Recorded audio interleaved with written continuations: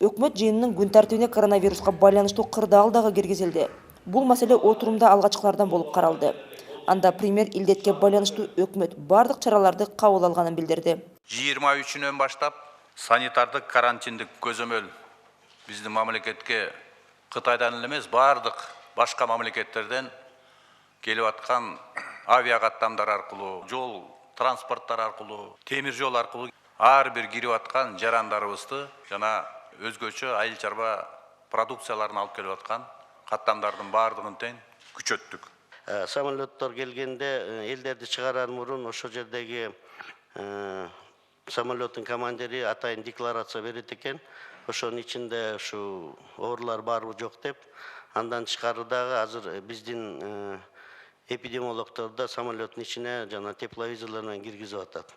Жаңы дагы ыкмаларды киргизип атабыз. Ошо баягы бут кийимдер дагы ушу дезинфекциялоо боюнча атайын бир медициналык буюмдар дагы коюп атабыз. Бул маселеден кийин социалдык экономикалык көрсөткүчтөр талкууланды. Анда былтыркы көрсөткүчтөр менен бирге 2020-жылы артыкчылык бериле турган багыттар каралды. Былтыркы жылы жергиликтүү бюджеттерде кошумча 2 миллиард 400 миллион сом топтолду. Бул кирешелерди кайра бөлүштүрүүнүн натыйжасы. Кирешелерди кайра бөлүштүрүүнүн натыйжасында аймактарда кошумча 2 миллиард 400 миллион сом топтолуп, жергиликтүү бюджеттердин каражаты 50%га жогорулады. Өлкөнүн 20 шаары менен 23 айылында суу бөлүү системаларын куруу жана реабилитациялоо иштери башталды. Ага эл аралык донорлордун көмөгү менен 194 миллион еврого жакын каражат жумшалууда. 1 миллиард 151 миллион сомго аймактардагы 147 мектеп менен 28 бала бакчанын курулушу жана реконструкциялоо иштери башталды. Мектептерди интернетке кошуу иштери соңуна чыгып бара жатат. Былтыр Кыргызстандын ички дүң өнүмү 590 миллиард сомду түздү. Экономикалык өсүштөн улам карызга байланыштуу абалда жеңилдеди. Өткөн жылы макроэкономикалык стабилдүүлүккө, социалдык жактан корголууга жана бюджеттик процесстин туруктуулугун күчөтүү үчүн чоң жумуштар жасалды. Алсак, 2018-жыл экономикалык өсүш 3,5% болсо, 2019-жылы 4,5%га чыктык. Же болбосо өзүбүздүн болжолдогон же максатыбыз болгон 4%дан жогору болуп, ички дүң продукциябыз 590 миллиард сомду түздү. Мунун ичинде кумтөрдү кошпогондо 3,8%га ички дүң продукциябыз өстү. Биз ички дүң продукцияга карата тышкы карыздын деңгээлин кескин кыскартууга жетиштик. Эгерде 2017-жылдын аягында 54% болсо, ички дүң продукцияга тышкы карыз. 2019-жылы бул көрсөткүч 10%га кыскарттык. Соңку жылдары Кыргызстан ишкерликке шарт түзүп, текшерүүлөрдү азайтууга аракет көрүүдө. Былтыр мурдагы жылга салыштырмалуу текшерүүлөрдүн саны 9 эсеге кыскарган. Бизнес чөйрөсүн каржылоо да жөнгө салынды. Ишкердикти өнүктүрүү өкмөттүн эң башкы приоритети. 2019-жылы ишкердиктин өнүгүшүнө абдан катуу көңүл бөлдүк. Кабыл алынган чаралардын натыйжасында чакан жана орто ишкердиктин ички дүң продукцияга үлүшү мурун 36%дан бир аз жогору болчу, азыр 39,5%га көтөрдүк. Убактылуу эмес, туруктуу жумуш орундарын түзгөнгө шарт түздүк. Натыйжада 2019-жылы Кыргызстан бизнести жүргүзүү боюнча рейтингде 20 реформа кылуучу мамлекеттин катарына киргизди. Жаңы рынокторду табуу, ишкерлерди жана фермерлерди колдоо, бюрократиялык тоскоолдуктарды азайтуу, мамлекеттик жана муниципалдык чиновниктердин кайдыгерлигин, шалаакылыгын жок кылуу сыяктуу маселелер быйылкы бизнес чөйрөнү ордуна тургузуу жаатында ишибиздин багыты болот деп эсептейм. 2019-жылы 10 миңге жакын айыл чарба өндүрүүчүсүнө насыя берилген. Дыйкан фермерлер лизингке алган айыл чарба техникаларынын жалпы баасы 5 миллиард сомдон жогору турат. Өкмөт аймактарды өнүктүрүү маселесине дагы өзүнчө бөлүп карады. 23-жылга чейин айыл жерлерин толук кандуу таза суу менен камсыз кылуу иштери жүрүп жатат. Толук бүгүнкү күндө графиктер түзүлүп, орто эсеппен 55 айылды биз камтый турган ушундай графиктерди иштеп чыгып атабыз. Ошонун негизинде жыл сайын иштелип, таза суу менен 23-жылдын аягына чейин айыл жерлерин баарын камсыздоо үчүн иш-чаралары жүргүзүлөт.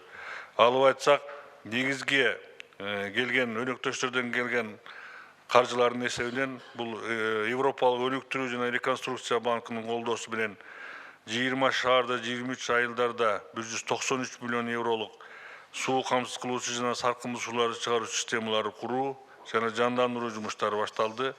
Дүйнөлүк банктын каржылоосу менен Ош, Ысык көл, Чүй областарында 91 айылды камтыган 71,2 миллион АКШ долларлык долбоор жана андан тышкары Сүлүктүү Кербер шаарларында кошумча 8 миллион АКШ долларлык, ошондой эле Европалык өнүктүрүү жана реконструкция банкы тарабынан 199 миллион АКШ долларга 20 шаарда 3 айыл аймагында таза суу менен камсыздоо долбоорлору ишке ашырылып жатат. Коопсуз шаар долбоорунун ишке ашышы былтыркы жылдын негизги жетишкендиктеринин бири катары бааланды. Видео көзөмөлдүн жардамы менен март айынан бери топтолгон айып пулдардын көлөмү дээрлик 600 миллион сом. Бирок долбоор каражат чогултуу максатын көздөбөйт.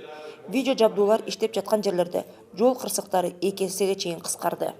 Мамлекеттик органдардын көпчүлүгү түндүк тутумуна кошулду. Жалпы эле өлкөнү санариптештирүүдөгү негизги натыйжалар белгиленди. Жалпысынан 63 мамлекеттик орган туташып, 28 коммерциялык уюму иштеп жатат.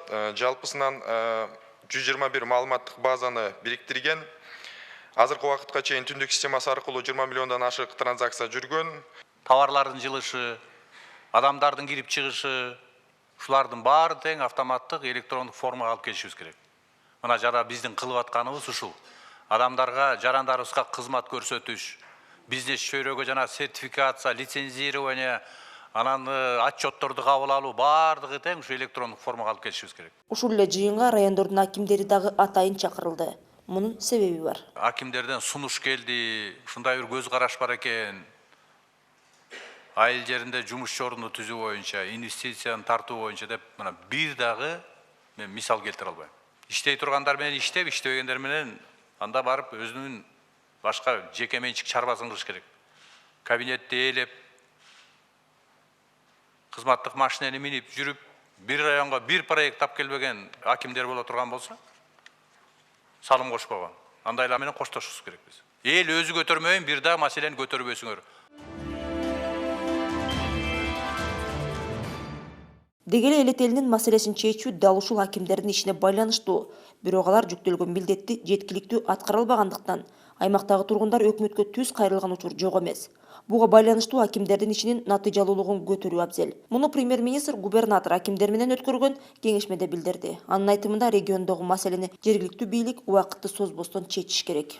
Баардык нерсе айыл жеринде болуп аткан, силердин колуңарда. Кандай мамиле кылабыз, өзүбүздүн районго, областыбызга, республика ошого жараша өнүгөбүз. Биздин максатыбыз ошол элдин жашоо деңгээлин көтөрүш. Анын үчүн эмне кылыш керек? Максималдуу түрдө жумуш орун түзүш керек. Кээ бир акимдерди эл айтат, ушундай аким экен жүрөт айылда депчи. Айылда жүрөт, проблема болсо барат. Кошо баткак кечип жүрөт, суу кечип жүрөт деп айтат элдер. Кээ бирин айтат, анын бар жогу билинбейт дейт.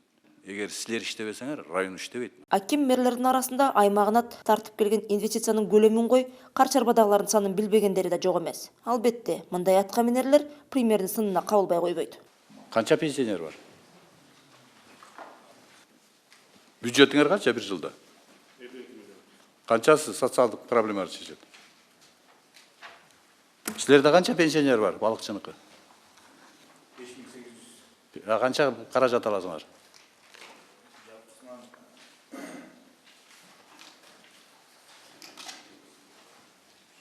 Элиңердин санын билбейсиңер. Канча пенсияң бар, канча пенсия тарайт? Пенсиялык каражатты канча төлөйсүңөр? Пособие канча алат? Азыр мына отуруп алып туруп социалдык экономикалык программаны кайсы жерде, кайсы магазин ачылат, кандай ишкана коебуз, кандай соода кылабыз, канча жумуш орун түзөбүз деп, мына ушул болуш керек силерде иш.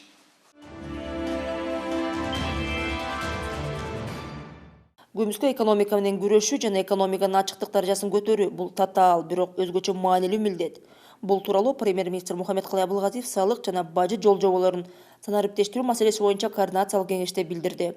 Жыйында фискалдык маалыматтар операторун ишке киргизүү жана маалыматтарды иштеп чыгуу борборунун курулушуна көрүлүп жаткан даярдыктар талкууланды. Мындан тышкары ишканаларда электрондук эсеп фактураларын киргизүү, калкты тейлөөнүн сервистик моделин иштеп чыгуу боюнча чаралар дагы каралды. Өкмөт ар кандай каршылык көрсөтүүлөргө карабастан фискалдаштыруу системасы ата мекендик экономиканын кызыкчылыгы үчүн толук бойдон киргизиши керек, деди премьер-министр. Премьер-министр Мухаммедкалый Абылгазиев коронавирустун киришине жана жайылышына жол бербөө боюнча республикалык штабтын жыйынын өткөрдү. Анда саламаттык сактоо министри Космосбек Чолпонбаев кырдаал боюнча маалымат берди. Анын айтымында өлкөдө коронавирус такталган учурлар катталган эмес. Буга байланыштуу дүрбөлөң түшүүгө эч кандай себеп жок. Эпидемиологиялык кырдаал туруктуу. Өлкөдө жеке коргонуучу каражаттардын зарыл болгон камы жана вируска каршы дары-дармек бар. Ошондой эле Тышкы иштер министрлигинин чек ара кызматынын ветеринардык жана фитосанитардык коопсуздук боюнча инспекциянын жетекчилиги көрүлүп жаткан чаралар тууралуу маалымат беришти. Эскерте кетсек, республиканын бардык көзөмөл өткөрмө жайларында, Бишкек жана Ош шаарларынын аэропортторунда вирустун бар-жогун текшерүү үчүн тепловизорлор орнотулган. Санитардык карантиндик пункттун адистери тепловизорлор менен Кыргызстанга, Кытайдан жана башка өлкөлөрдөн келгендердин баарын текшерип жатат. Ошондой эле саламаттык сактоо уюмдарында вирусту жуктуруу аныкталган шартта атайын палаталар даярдалган. Өкмөт башчы өлкөдөгү эпидемиологиялык кырдаалга мониторинг жүргүзүүнү күчөтүү жана бардык алдын алуу чараларынын топтомунун так аткарууну камсыздоону тапшырды. Муну менен катар дарыканалардын үзгүлтүксүз иштөөсү керектигин жана дары-дармектин наркынын жогорулашын алдын алууну милдеттендирди. Бул оорунун бир гана коркунучтуу жери чыккандан кийин билинбей жүрүп, анан кийин 14 күндөн кийин ошо температура көтөрүлүп, анан 14 күндөн кийин аны билинет экен. Ага чейин бири-бирине жугуп жүрө берет экен да. Мына ушундай коркунучу бар экен. Анан бүгүн бардыгыбыз тең иш планды иштеп чыктык, дагы жаңыртып, күчөтүп, саламаттык сактоо министрлигиндеги ветеринария, фитосанитария боюнча мамлекеттик кызматтын структуралары, өзгөчө кырдаалдар министрлиги, чек ара кызматы орчундуу маселеге тартылды. Оперативдүү түрдө чечим кабыл ала турган функциялардын баарын жазып чыктык. Кытай мамлекети менен жана башка мамлекеттер менен байланышып, бул процесс кандай болуп атат, оорунун жугушу, тарашы, дарыланышы кандай болуп атат, маалыматтарды ыкчам алып туруш үчүн биз Тышкы иштер министрлигин коштук. Булар боюнча да биз баарын көзөмөлдөшүбүз керек. Кытай мамлекети менен 23-үнөн баштап чек араларыбыз жабык, Тору-Карт, Ирке-Штам чек аралары иштебей турат. Борбор калаадагы экологиялык кырдаал шаардыктар жана шаардын тегерегиндеги жашоочулар үчүн бир кыйла олуттуу маселеге айланды. Муну болсо өкмөт башчы калаанын экологиялык кырдаалы боюнча өткөргөн кеңешмеде билдирди.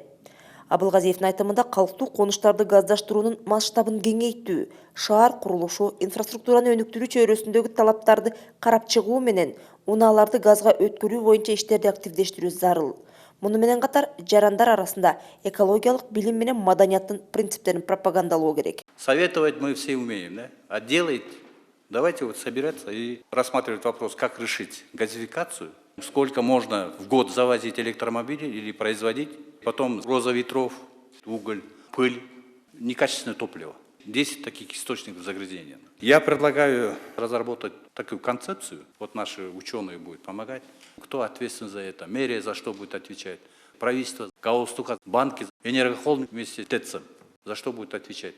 Давайте уж он тез кылалы, 2 жылдан бери айтып өтөбүз, эчтеке жок. Карап турсам, баары эле эксперт болуп алышты. Кыла турган киши жок.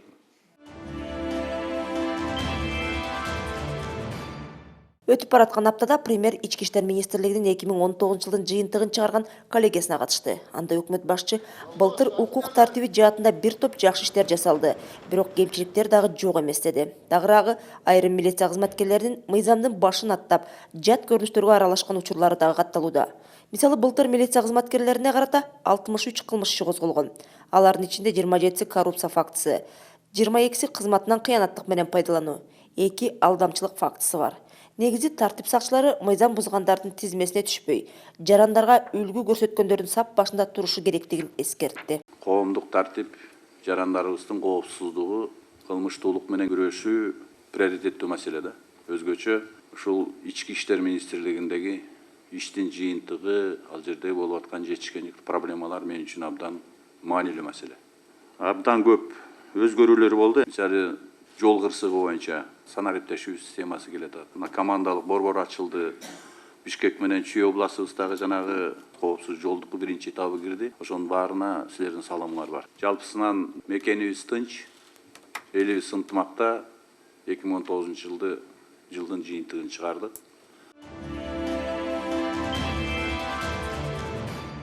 Жеңиш Шыразаков Алматы шаарында өткөн эл аралык форумга катышты.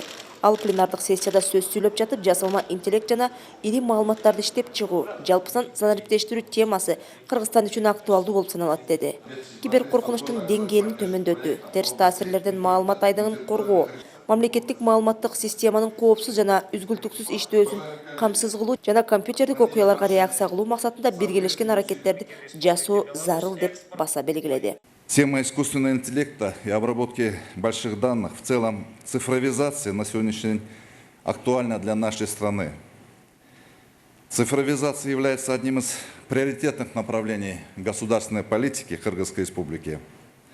В прошлом году был принят большой пакет нормативно-правовых актов, способствующих развитию информационно-коммуникационных технологий.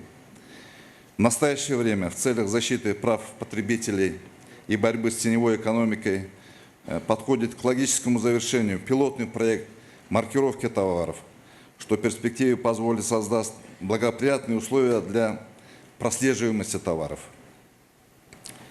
Ведется работа по запуску пилотного проекта «Государство как платформа» в целях внедрения инновационных решений для оказания государственных и муниципальных услуг и сервисов, а также регулирования новых цифровых взаимоотношений.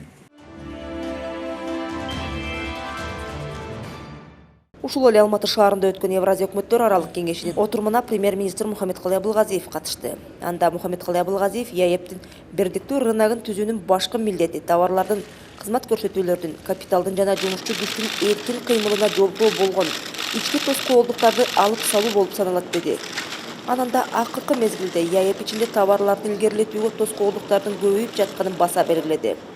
Кыргыз тарап тоскоолдуктарды жоюу боюнча натыйжалуу системаны түзүү үчүн бир катар чараларды кабыл алуу керек деп эсептээрин кошумчалады. Для создания эффективной системы по устранению барьеров необходимо принятие следующих мер. Наделить Евразийскую экономическую комиссию дополнительными полномочиями по принятию решений об отмене национальных актов государств-членов, нарушающих право ЕС.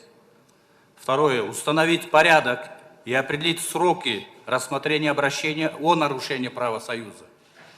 Следующее. Уполномочить Евразийскую экономическую комиссию правом подачи исков в суд ЕС в случае неисполнения государственным членам решений Евразийской экономической комиссии. Кроме того, крайне важно внедрить механизм наложения определенных санкций, взыскания компенсации судом ЕС при неисполнении решений коллегии Евразийской экономической комиссии. Кыргызская сторона призывает во имя общих целей придерживаться достигнутых договоренностей и не допускать нарушения права Союза.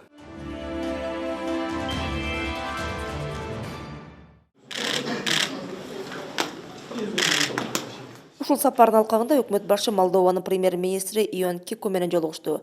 Анда премьер Кыргызстан Молдова менен саясий соода-экономикалык, маданий-гуманитардык чөйрөдө өз ара алаканы чыңдоого жана кызматташууга кызыктар экенин айтты. Муну менен катар Мухаммедкалый Абылгазиев Amazon Web Service'ин өкмөттүк трансформация боюнча директору Лиам Максвелл менен жолугушту. Анда премьер биздин өлкө санариптик технологияларды жана чечимдерди ишке киргизүү, пайдалануу жана экспорттоо чөйрөсүндө аймактык лидер болуу боюнча дымактуу максатын алдыга койду.